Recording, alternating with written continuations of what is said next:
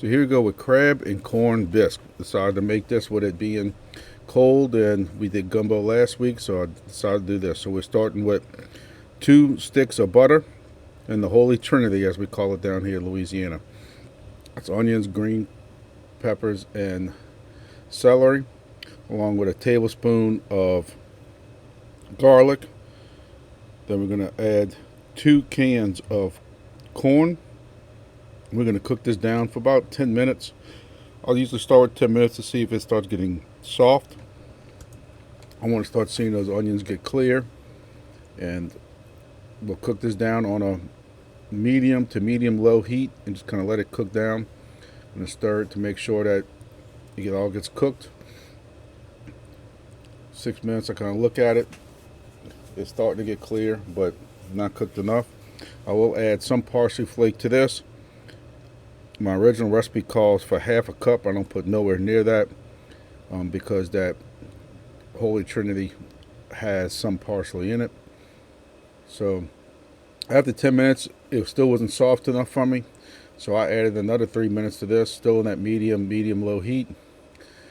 And once it gets soft enough, we'll then start with 1 cup of flour to make what's called a white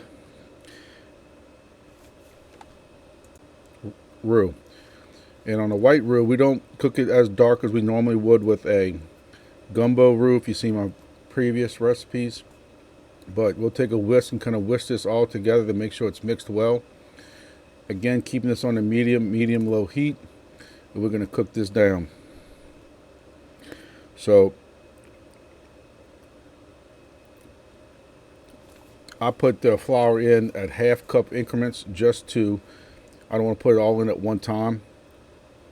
And just to make sure I get it all mixed correctly, kind of all together.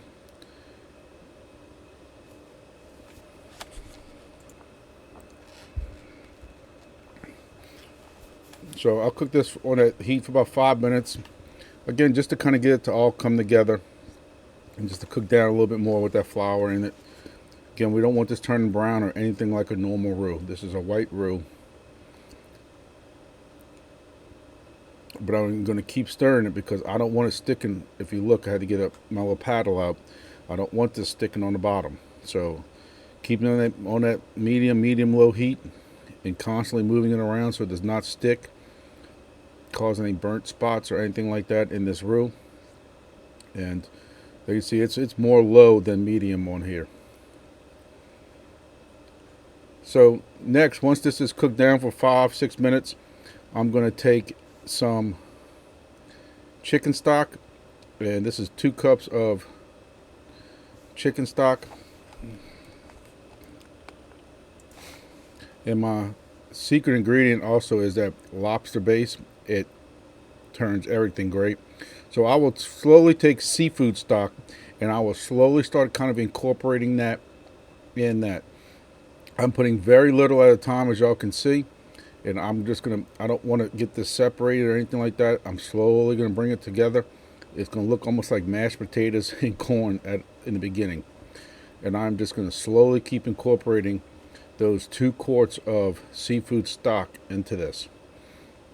Sometimes it's hard to find that seafood stock. You can use chicken stock. I read one recipe where it calls for a corn stock, where you can make a stock out of corn cobs. I've never tried that before. Me, I like the crab meat that's in here. My daughter likes the corn that's in there. She wants me to always put extra corn in it to kind of give it a little more substance, which you can if you want to. The recipe does call for 3 cups of whole kernel corn. That usually is about 1.5 cans of corn, but I'll put the 2 cans in. So it calls for 2.5 quarts of seafood stock or stock. So I put 2 quarts of seafood, and then I put a half quart of chicken stock in it. And I find it gives it a little bit of a different, better flavor. This is my secret ingredient right here. This Better Than Bouillon lobster base, and I put 2 tablespoons of this in it. And I found this gives it a nice richer flavor. My family loves it.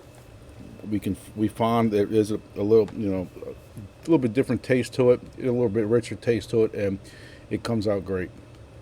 So as you stir it, you can kind of see that little bit of a bronze flavor from that lobster base in it. But I want to make sure I mix that well. And I'm also turning up the fire because I eventually want this to come to a boil.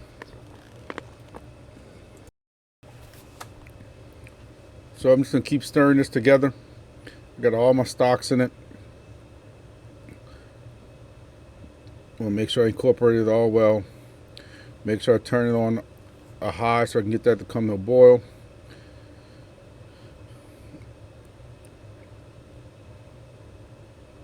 And then I'm going to put a little bit of flavor into it, some spices and stuff. This calls for a white pepper. I had to go buy white pepper strictly for this recipe whenever I make it. That's the only thing I ever use white pepper in.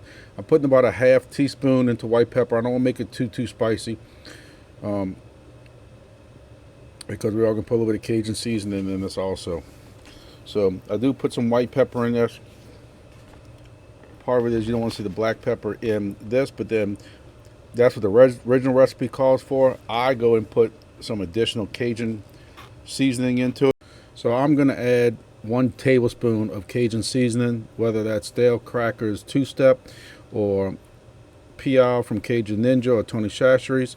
After 30 minutes of that cooking down, I'm putting 1 pint of heavy whipping cream, and I make sure I incorporate that. That's going to stay on about a medium heat, and I'm going to cook that down for about 10 minutes.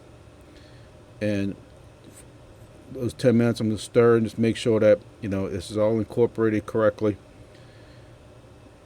and let that cook for 10 minutes.